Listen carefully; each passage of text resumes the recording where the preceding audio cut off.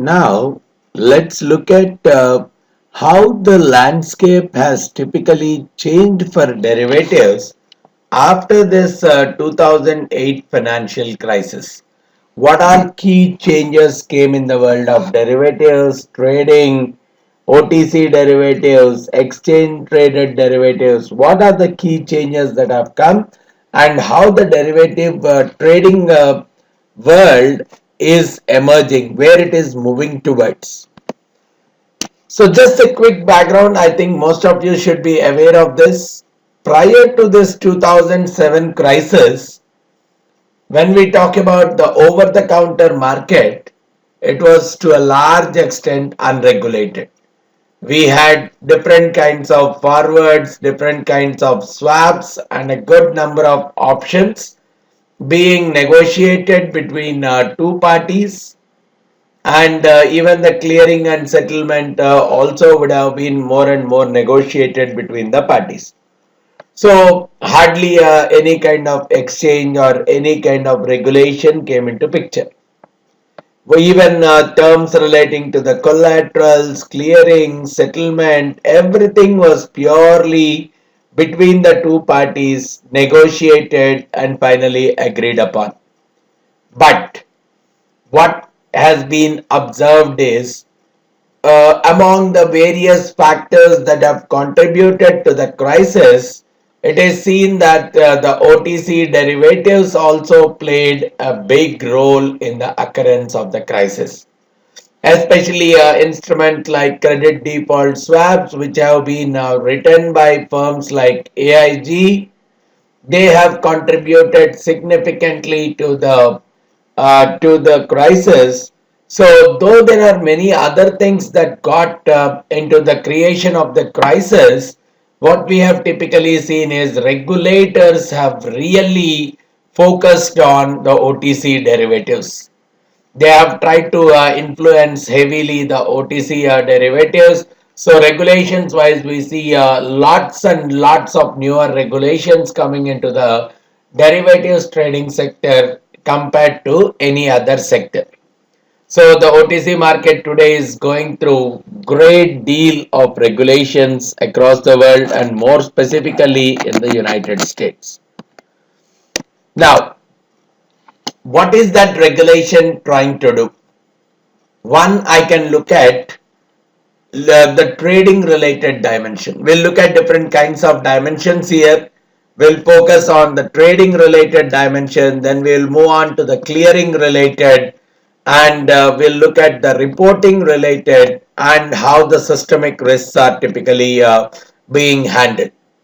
So if I look at the trading requirements, we know that once the regulation is coming into picture, the objective of the regulator, especially after the financial crisis, is address the transparency in the pricing, because in 2007-9 crisis, it is the large amount of opaqueness that is there in the pricing of different kinds of financial products.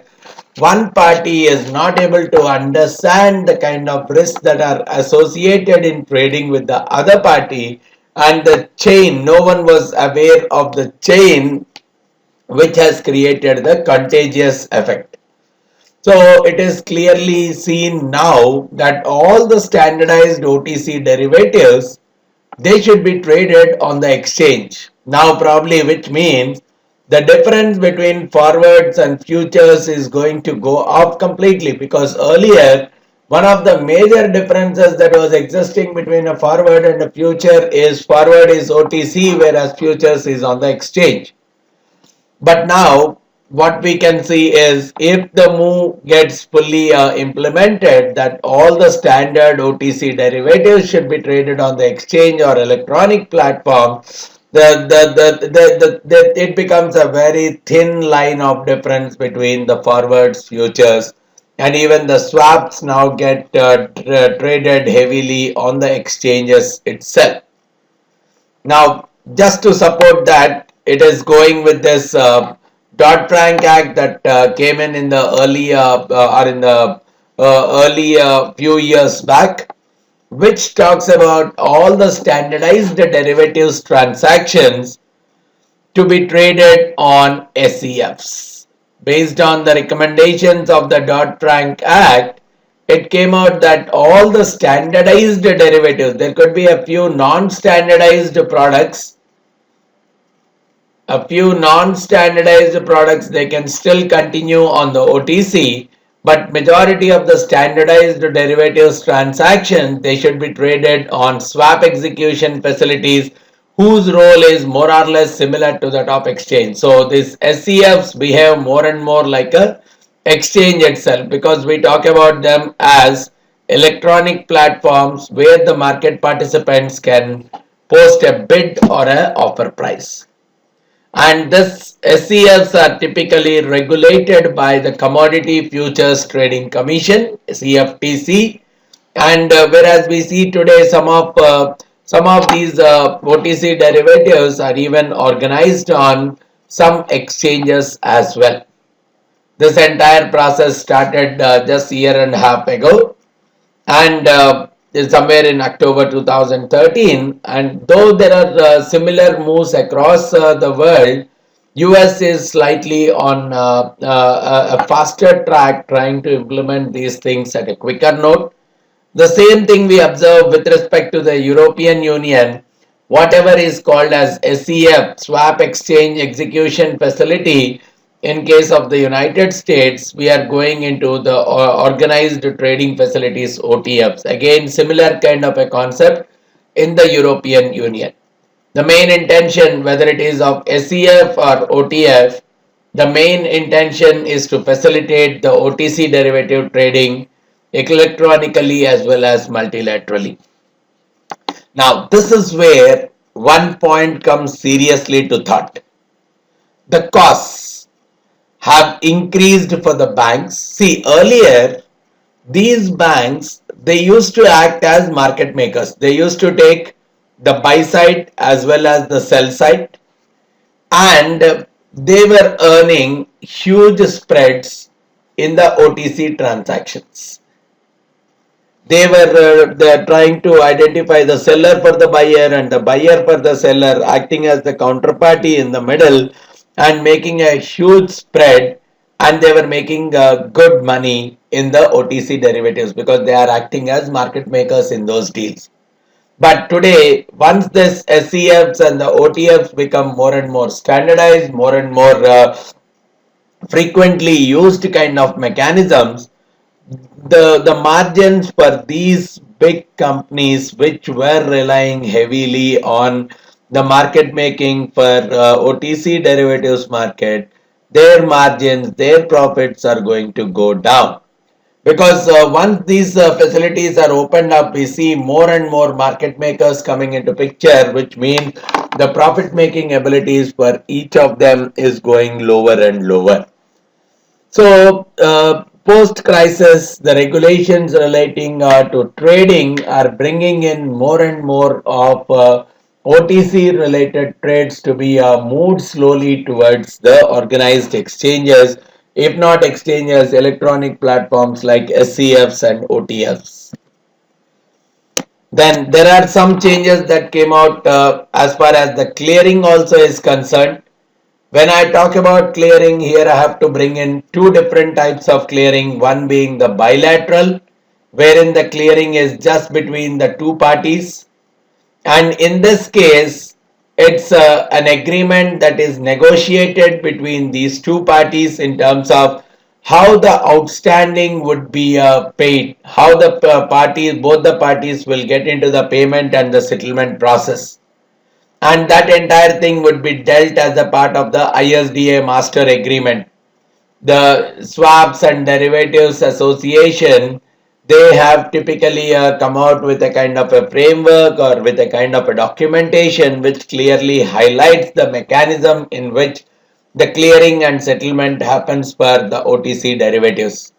And apart from that, a few more interesting points come into that document. If one side becomes bankrupt, if one of the parties, let's say this is a deal between A and B, if A is becoming bankrupt, how will B get the payment?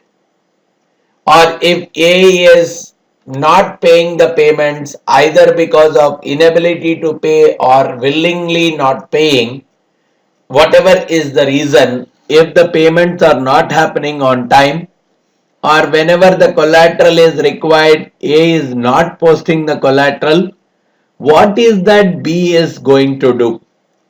Or vice versa.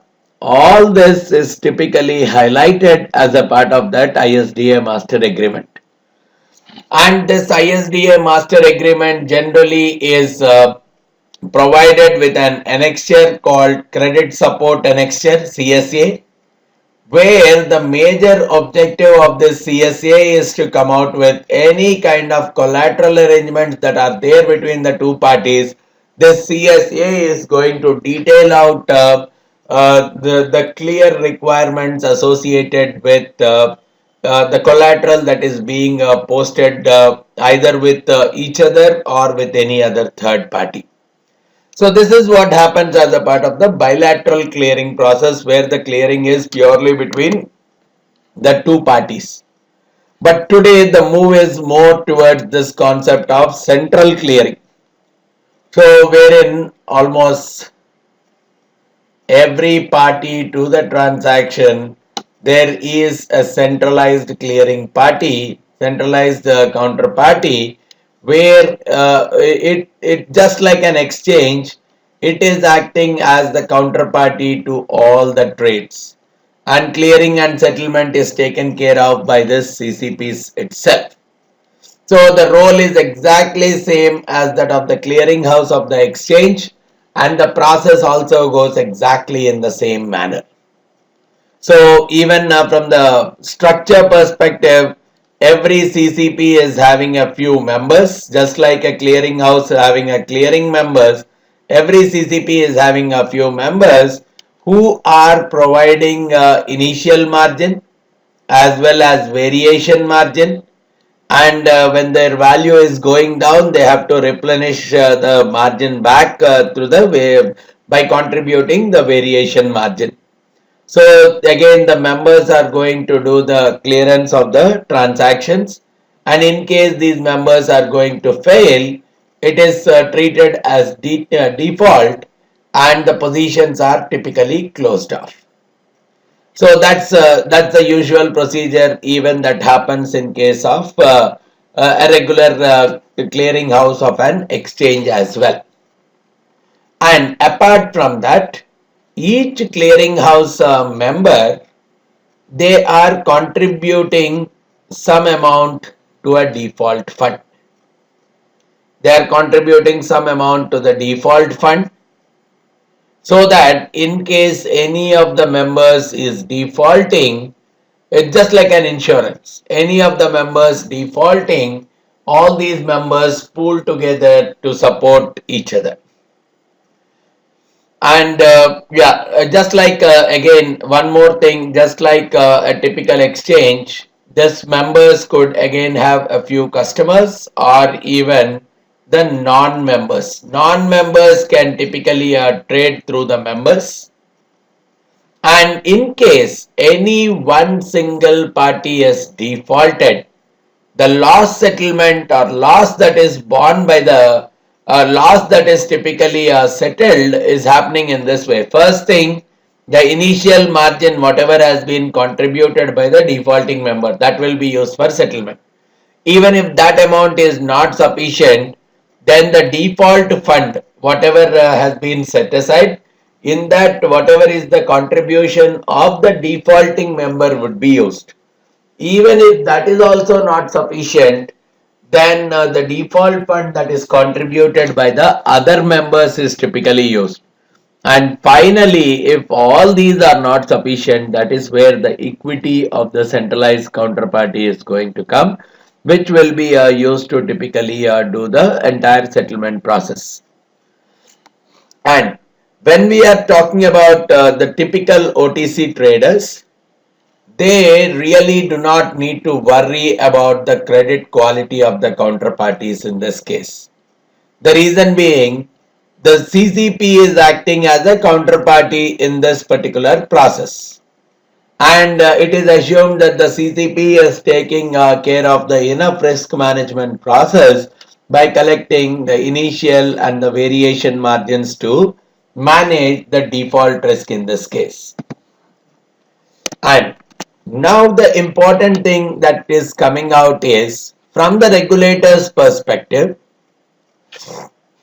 they are trying to stress upon the fact that all the standardized, here the word standardized is coming into picture because a few foreign exchange transactions are typically considered as non-standardized, but apart from that, any other transactions which are called as standardized inter-dealer related trades, they have to be cleared through the CCPs only.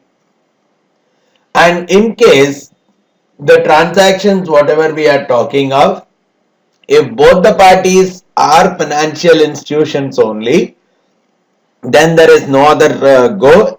They have to be cleared through the CCPs only. But if one of the counterparties is a non-financial kind of a firm, probably an IT firm or an airline company, if it is a non-financial firm, what we see is in that cases still there is a way out to do the clearing in a bilateral manner. Today, as of now, if I see that in the OTC transactions, let's say 25% of them are getting cleared through CCPs and 75% bilaterally, very soon it might reach a stage of 75-25, which means almost majority of the OTC transactions are going to get cleared through the central counterparties itself. And the OTCs typically trade on either right now they are trading on swap execution facilities or OTFs, and whatever the trade that happens on these platforms, that is immediately passed to a CCP, just like the way the exchange traded futures or options are going to a clearing house.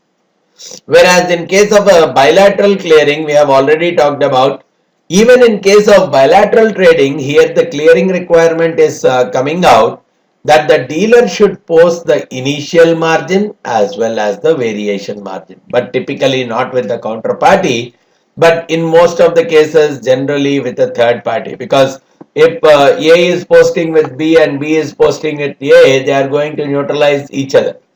So it is said that the dealer should post the initial margin and the variation margin for the financial transactions whatever they are doing with the financial end users.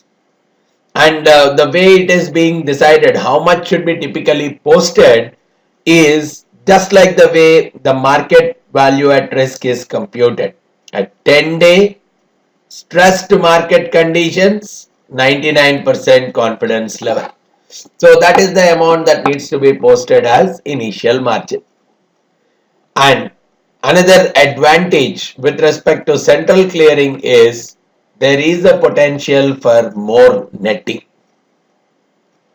So when we are talking of netting, it's a slight benefit because if A is having different kinds of trades with different counterparties, positive with some of them, negative with some of them in terms of value, with respect to the collateral that needs to be posted, all of them may be taken together, and based on that one single value for the collateral can be taken by the exchange.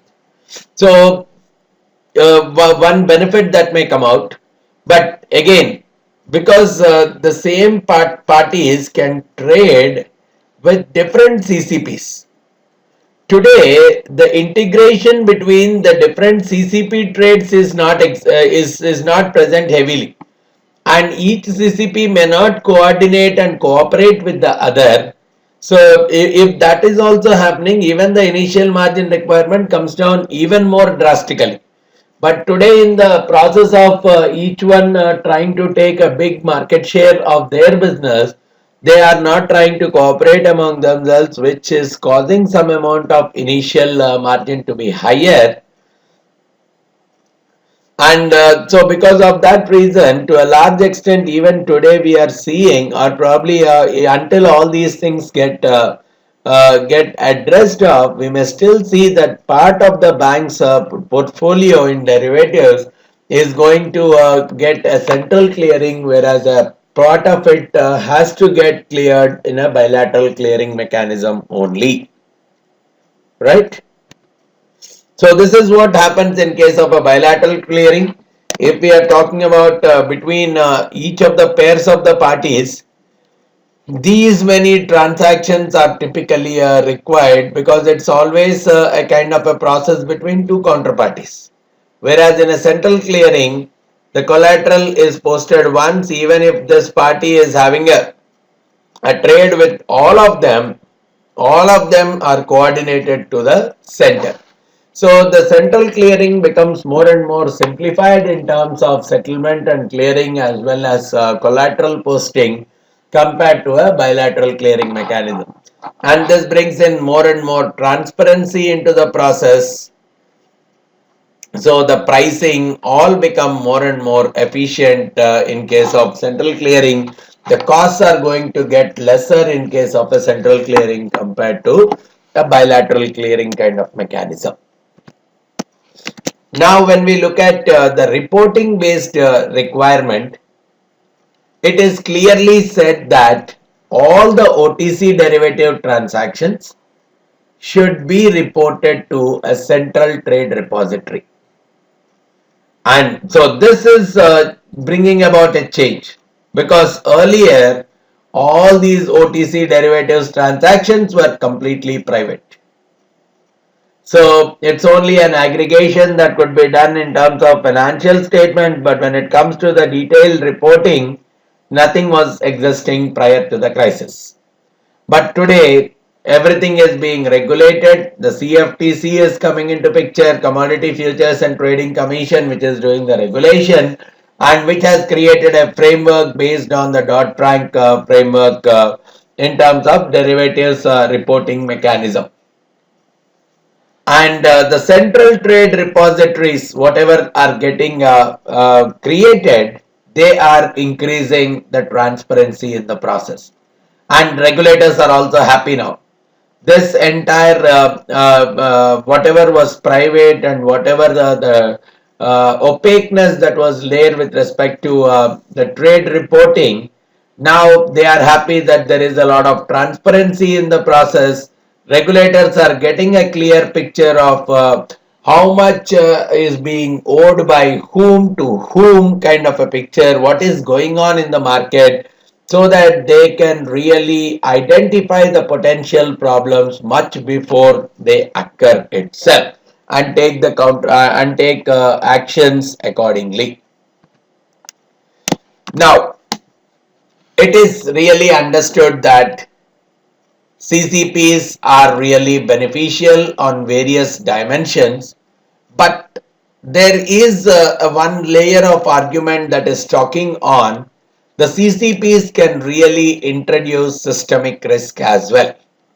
Because see, today the whole derivatives landscape has changed and everything, let's say, is going through the CCPs. What is the guarantee that the CCP does not fail? Now CCPs are getting organized in such a way, they are probably getting organized in the same way as what these too big to fail banks thought about prior to the crisis. All these bigger banks and financial institutions, they have taken things for granted.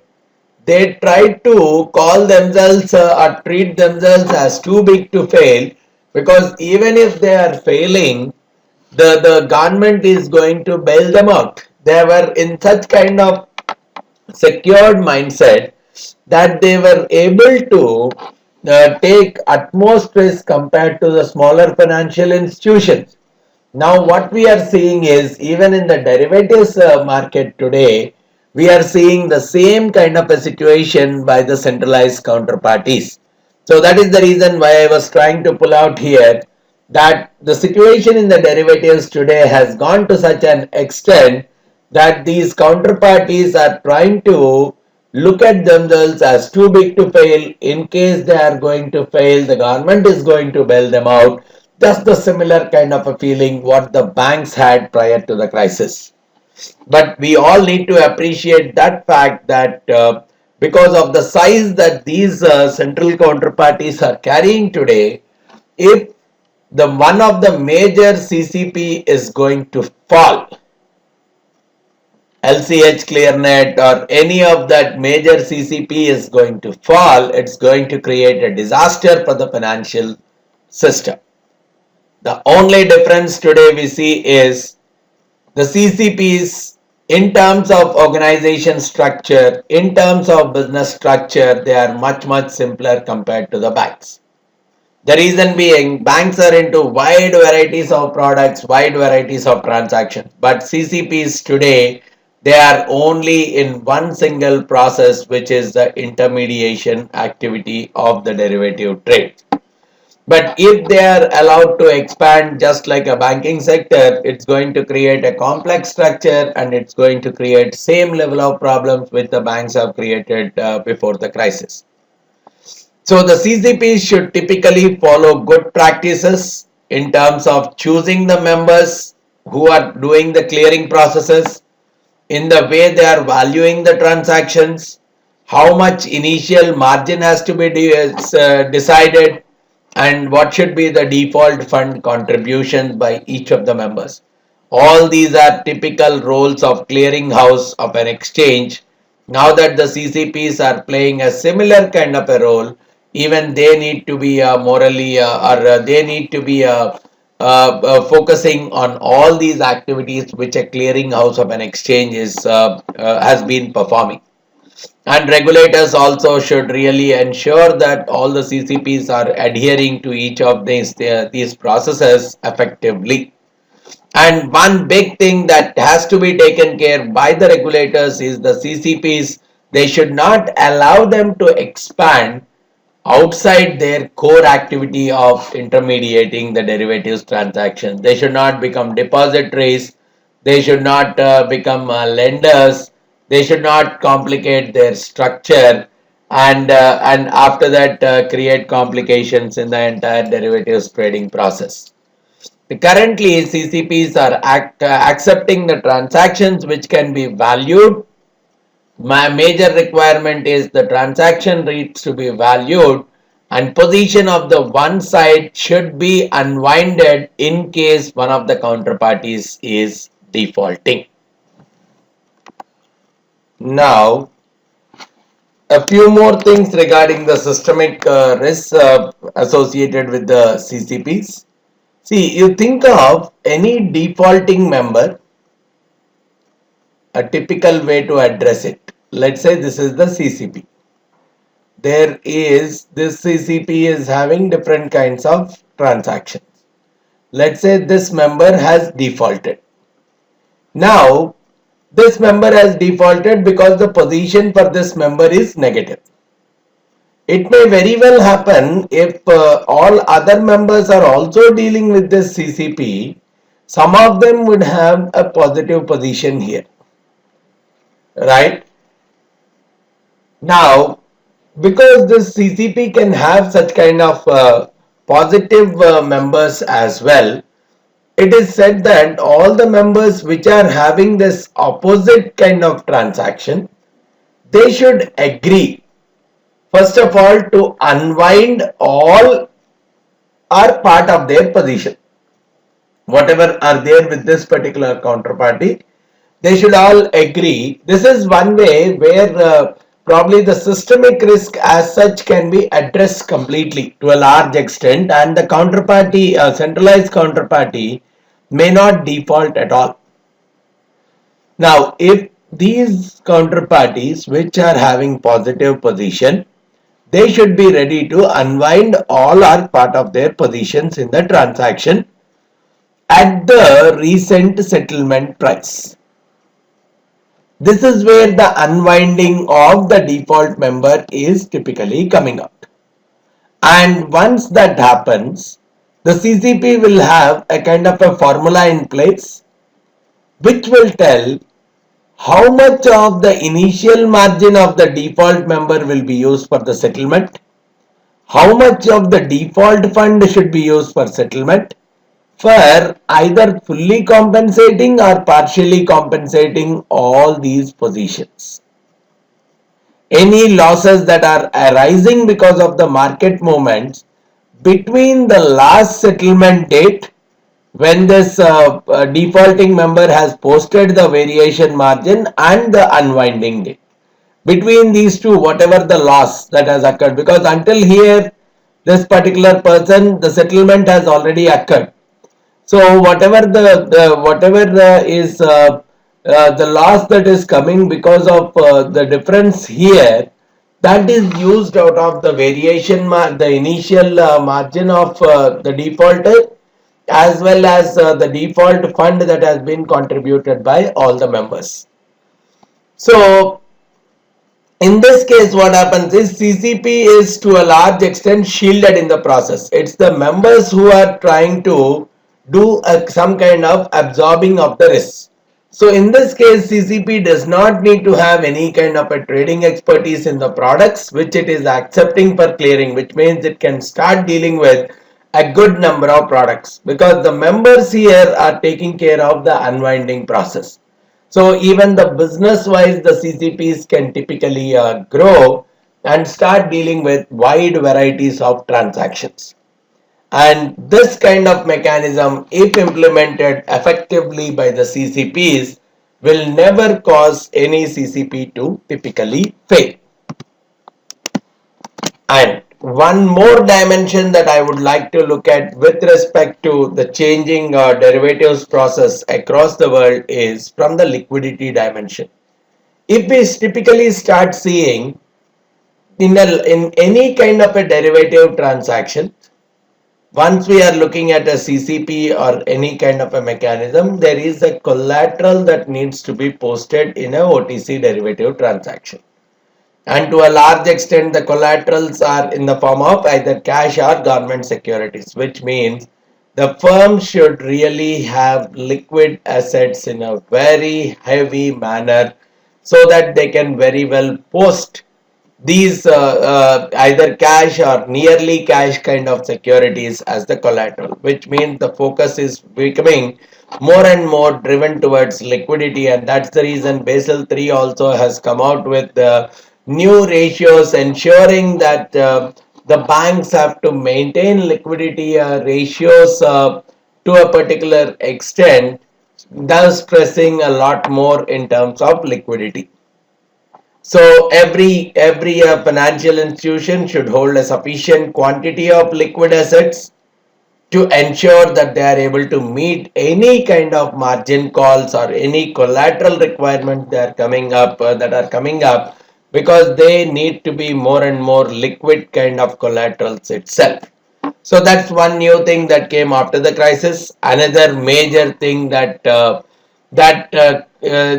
is getting addressed post the crisis. Earlier, the rehypothecation used to be a very significant feature in the derivatives transaction. Probably it's like this: A and B have got into a derivatives trade. A has posted a collateral with B. Now B is going on with a trade with C, where the same collateral is being posted with C. Again, C with a D, again the same collateral. So this is where we are trying to use this mechanism of rehypothecation. And because of this rehypothecation, the liquidity problems have gone very high. And now the mechanism is happening in such a way that at the max, this kind of rehypothecation can happen only once. Earlier, it used to be on an average 4 times, sometimes much more in number. But now it is going to an extent that at the max, once the rehypothecation can happen.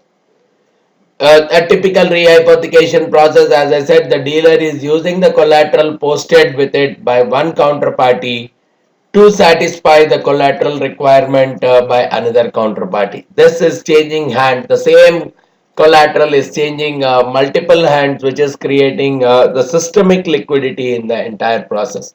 So even the changes that are coming in the derivatives trading, increasing the need for liquidity by addressing by putting some kind of limitation on the rehypothecation process as well. So this is where we could see the changing landscape of the derivatives market post the 2008 financial crisis, right?